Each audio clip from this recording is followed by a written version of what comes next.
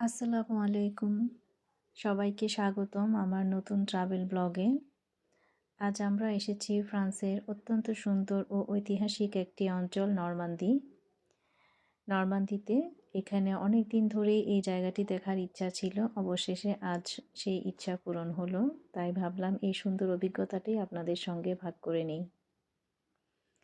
নরমান্দিতে পৌঁছানোর পর থেকেই চারপাশের পরিবেশ অনেক সুন্দর এবং খুবই আবেগ আপ্লুত হয়ে গিয়েছি এখানে এসে।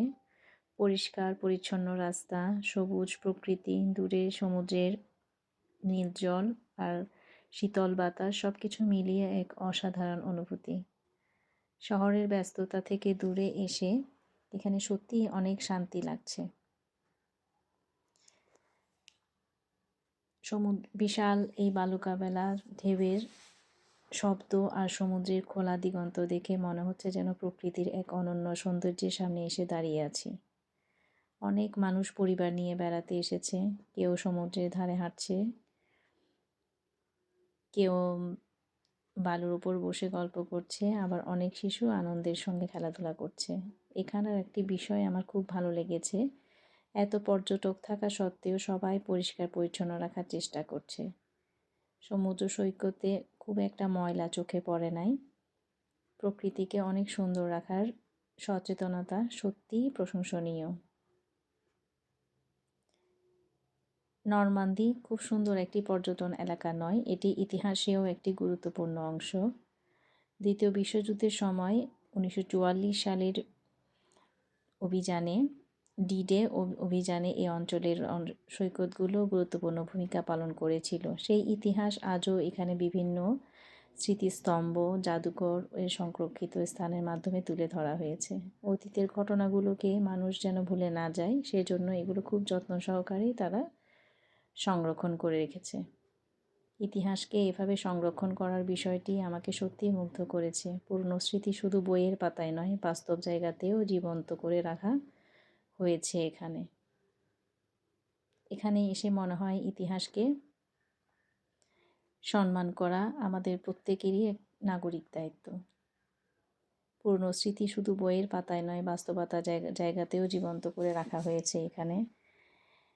প্রতি বছর বিশ্বের নানা দেশ থেকে অসংখ্য পর্যটক নরমান্দিতে দেখতে আসে।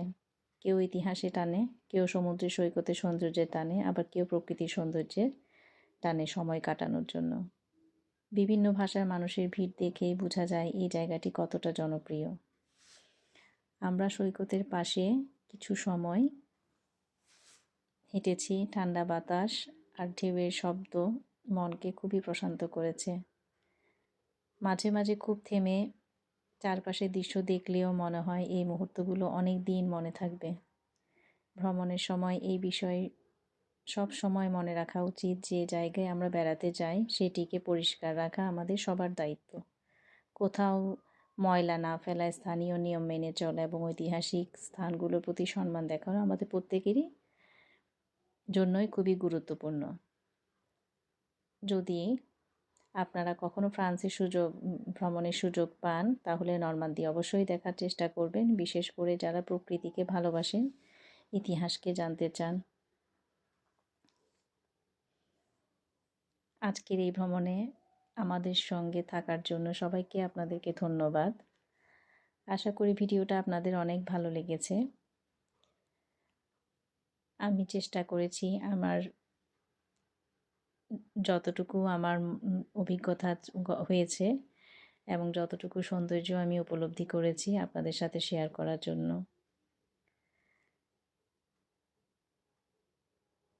যতটুকু চোখ যায় শুধু সুন্দর আর সুন্দর। আর আমরা যেদিন গিয়েছিলাম সেদিন ওয়েদারটা একটু অনেক কালম ছিল, একটু ঝড়ো বাতাসও ছিল হালকা পাতলা, যার কারণে হয়তো ট্যুরিস্টদের একটু কম আনাগোনা ছিল।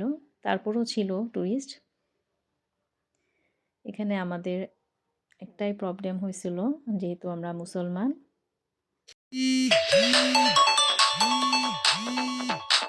চারপাশে শুধু বিচের ঢেউয়ের বাতাস, অন্যরকম একটা অনুভূতি। অনেক দূরে একটা পাহাড়ের চূড়া দেখা যাচ্ছে, ওইখানে আমরা ক্যালেন্ডারে অনেক সময় দেখেছিলাম এটা যখন অনেক ছোট ছিলাম যে এরকম একটা ক্যালেন্ডার ছিল এই ভিউটা। আজকে নিজের স্বচক্ষে দেখলাম যে আসলে এই জায়গাটা কোথায়।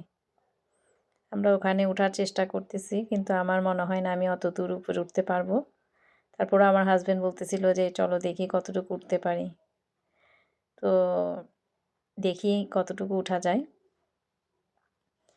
উঠার চেষ্টা করলাম বাট আমি অর্ধেক পর্যন্ত গিয়ে হয় আবার ব্যাক করতে হয়েছে আমাকে।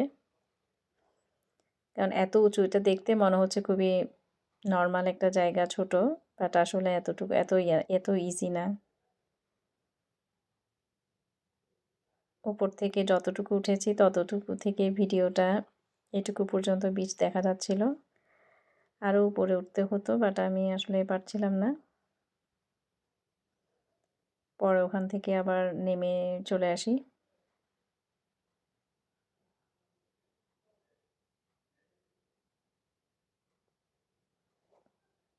তারপর এখান থেকে রাইট সাইডে আরও একটা উঁচু চূড়া আছে, কিন্তু ওইটাতে আমি উঠছি কারণ ওইটাতে একটা গার্ডেন ছিল। গার্ডেনটা আসলে দেখার জন্য, ওখানে গার্ডেনটাতে কী আছে ওটা দেখার জন্য গিয়েছিলাম।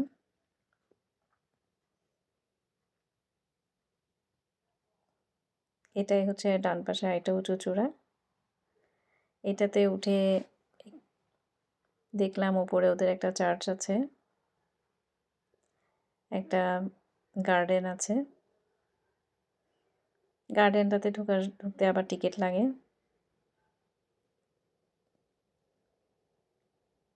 তো আমরা এখন অনেক উপরে।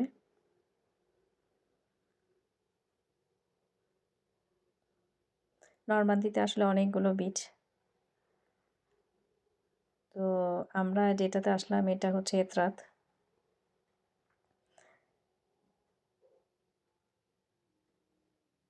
সেদিন কি প্রোগ্রাম হচ্ছিল আসলে জানি না, তবে নেভাল কিংবা নেভালদের মনে হয় যা সম্ভব নেভিদের কোনো একটা প্রোগ্রাম হচ্ছিল সেদিন। ওরা অনেকগুলো গাড়ি নিয়ে এসে ওখানে আর কি একটা প্রোগ্রামের আয়োজন করছিল সবাই মিলে।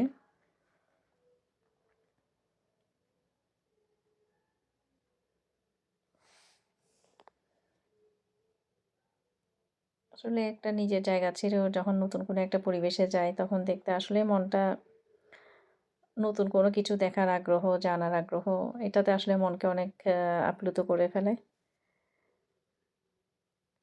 আর অনেক স্ট্রেসও কমিয়ে দেয়। আমার মনে হয় আর কি।